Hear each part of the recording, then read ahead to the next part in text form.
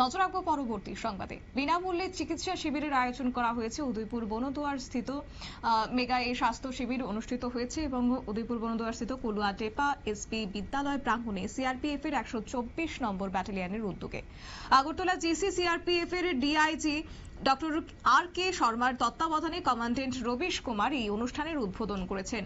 এই শিবিরের লক্ষ্য ছিল স্থানীয় সম্প্রদায়কে মৌলিক স্বাস্থ্য সেবা প্রদান করা, যেখানে প্রায় 300 জন অংশগ্রহণকারীকে বিনামূল্যে স্বাস্থ্য পরীক্ষা এবং সেই সঙ্গে ঔষধ বিতরণ করা হয়েছে।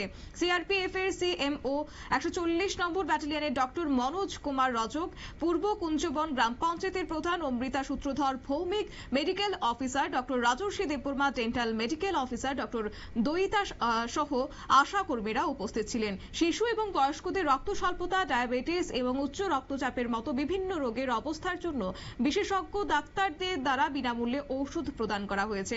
গোটা বিষয়কে কেন্দ্র করে সিআরপিএফ এর আধিকারিকদের পক্ষ থেকে কি বক্তব্য উঠে আসছে শুনুন।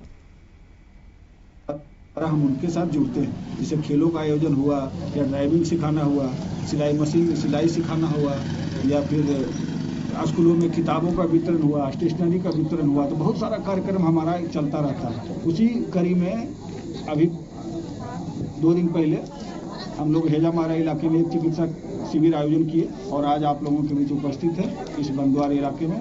और मैं चाहता हूं कि आपके माध्यम से ज़्यादा लोगों तक ये बात पहुंचे और इस चिकित्सा शिविर का लाभ उठाएं। इस आशा के साथ मैं आशा करता हूं कि आगे भी आप से हम लोग इसी तरह के कार्यक्रमों के साथ और जुड़ते रहेंगे। धन्यवाद। আপনারা শুনলেন সিআরপিএফ এর কমান্ডেন্ট রবিশ কুমারের বক্তব্য। অবশ্য তিনি যা বলেছেন যে সম্প্রদায়কে আশ্বস্ত করেছেন যে সিআরপিএফ উপত্যকার জনকল্যাণমূলক উদ্যোগগুলিকে সহায়তা এবং সমর্থন করার জন্য তারা প্রতিশ্রুতিবদ্ধ এবং আগামী দিনেও এই রকম মেগা স্বাস্থ্য শিবিরের আয়োজন তারা করবেন।